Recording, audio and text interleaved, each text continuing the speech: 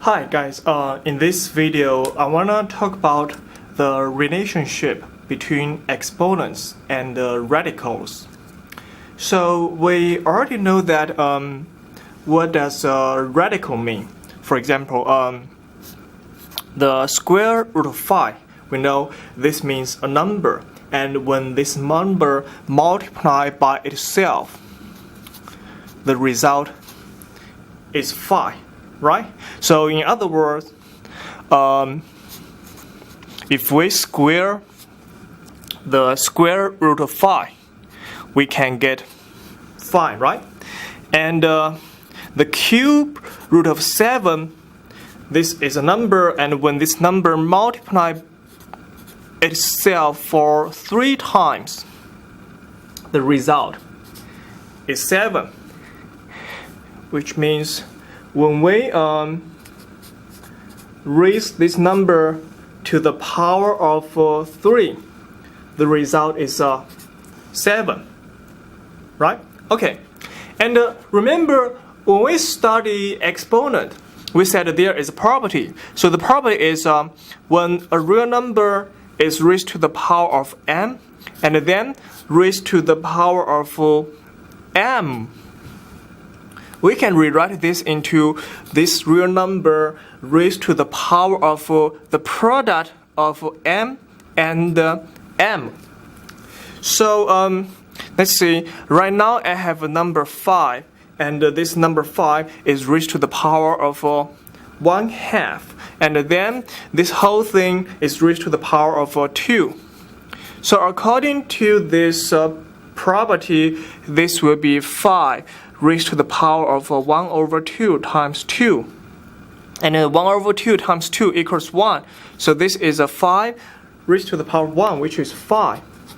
And 7 raised to the power of 1/3, then raised to the power of 3.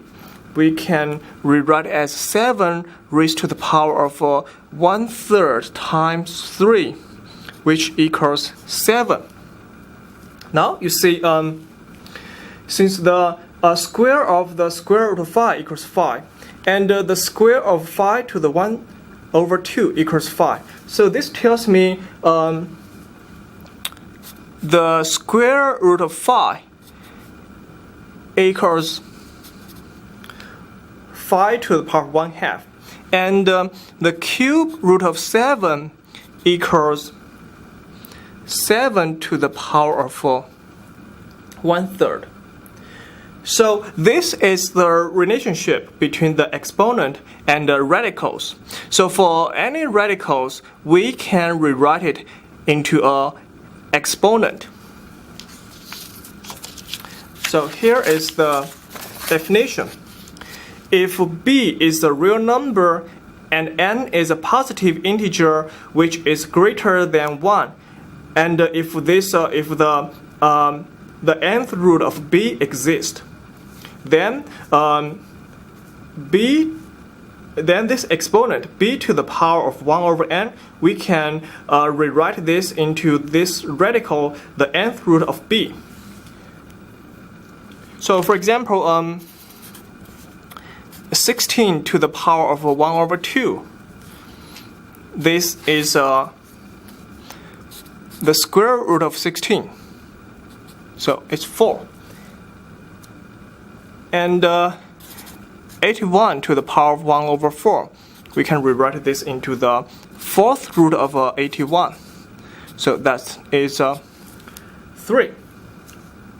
So in the future, when you look at this notation, you should know this notation means this is gonna be equal to a number, and when this number multiply itself for how many times? For n times, the result is equal to b.